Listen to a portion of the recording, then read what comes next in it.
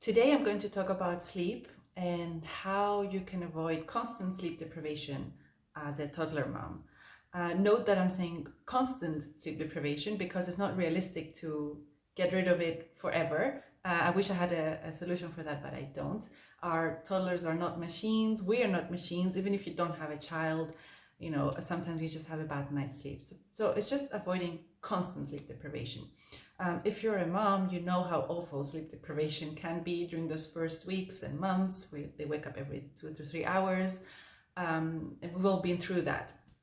And the thing is, I've been talking to moms that tell me that even if they're not in that phase anymore, they still feel like they're not getting enough sleep, even after 3, 4, 5 years.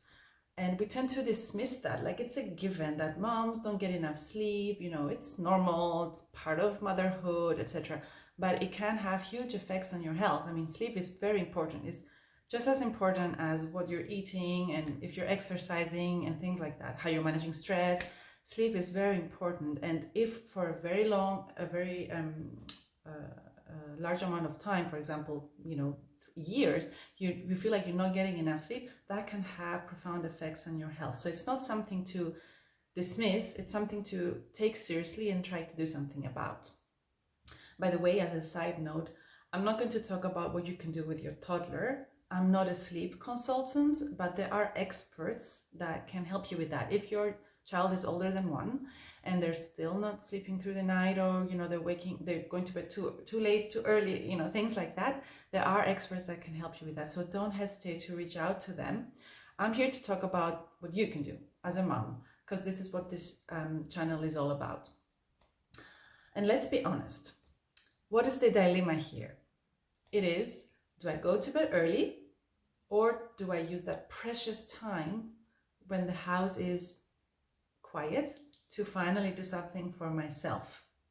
You probably choose the second option. And who would blame you? I get it. I do that too sometimes. But being in a dilemma also means that you actually have a choice. Dilemma means you have 2 options. So you have a choice, and you're the one that is choosing to go to bed later rather than earlier. So I hope that gives you a sense of empowerment. You actually have a way to go to bed earlier. It's up to you. It's your choice. So why is it so difficult to choose to go to bed early? I understand it. As I said, it's normal.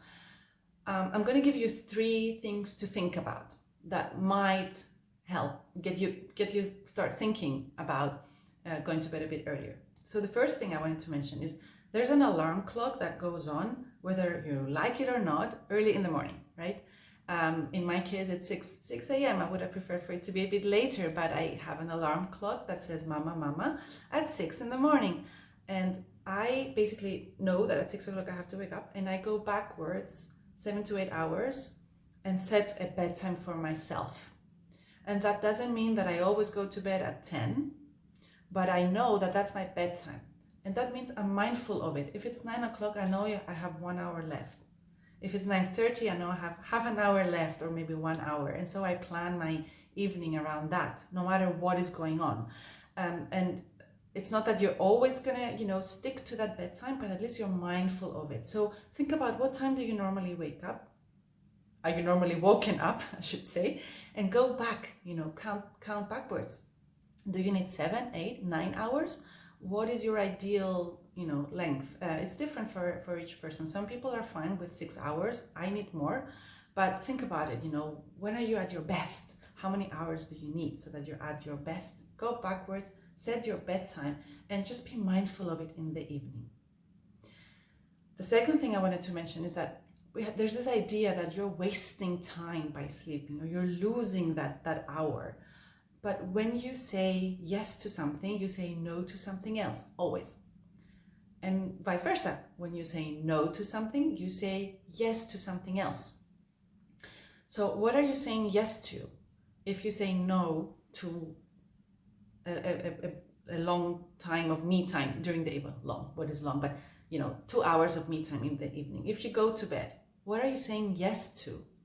Are you saying yes to more mental clarity? Are you saying yes to more energy? Are you saying yes to less cravings during the day? Because when we haven't had enough sleep, we actually look out for sugar and things like that. So what are you saying yes to when you say no to Netflix, whatever it is you want to do during the night? Think about it. And also, even if you, let's say you decide to do go to bed a bit earlier, if you are not sleep deprived, you're going to have more energy to actually spend that time in the evening in a way that is, more fulfilling, because you're more present. Because if you're, trying to keep your eyes open, and trying to stay awake until midnight, or I don't know what, are you really using that time? Or could you be using half an hour or 45 minutes instead of 3 hours, and actually doing something meaningful because you have more energy for it? So what are you saying yes to? What are you saying no to? And then finally, I sense, when I speak to women, I often sense this sort of resistance of like, I don't want to go to bed at 9 like I'm a monk or something like that. I used to be a night owl. I don't want to, do that. It feels like I'm old and boring. And I get it. I understand. But the thing is, it's a phase. It's not like you're signing a contract saying, oh, if I start going to bed earlier, this is what my life is gonna look like until the end of my days. You're not signing a contract. It's not black or white. We're talking about, this week, this month, these years, but it's a limited amount of time where you would be choosing to prioritize your health and well-being by not dismissing sleep and thinking, oh, who cares how many hours I sleep at night. You will be prioritizing your health and well-being, and that's a choice that you're making right now. It doesn't mean that it's forever. So this is what I wanted to say. Let me know if this was useful in the comments, and try it out. Just try and go to bed early once and see how it feels like. Don't take my word for it. You need to experience it. Try it and let me know how it goes.